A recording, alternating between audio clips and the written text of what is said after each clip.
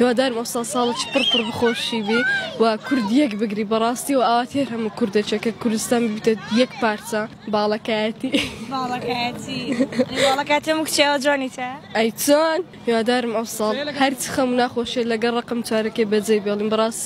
ساڵانکی زۆر ناخۆشمان بەسەر بردە هیوادارم ئەو ساڵێکی پڕ بخۆشی بێ و کوردیەک بگری بەڕاستی و ئاواتێر هەموو کوردەچەکە کوردستان ببیتە یەک پارچە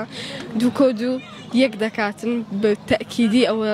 شتەکە کە مجاملی لەسەر ناکرێتن باڵەکایەتی هەموو کچێوە جوانیتە ئەی چۆن هاتووی ئێ دەبینی بەڕای من ئەوە دەگەڕێتەوە سەر چەرخی زەمانە چکە بەڕای من نەک ئەوە نییە مرۆڤەکان کە ساڵ دەڕواتن زیاتر عەقڵیان گەورەتر دەبیتن ئەوە ژوابزانم ئیشی ئەوەیە کە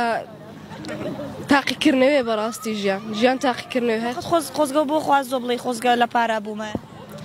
نەوەڵا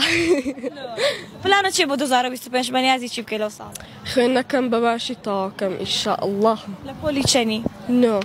بەنیازی ببی بە چی ئینشاءالله ئەبم بە پەرستار ئینشاءالله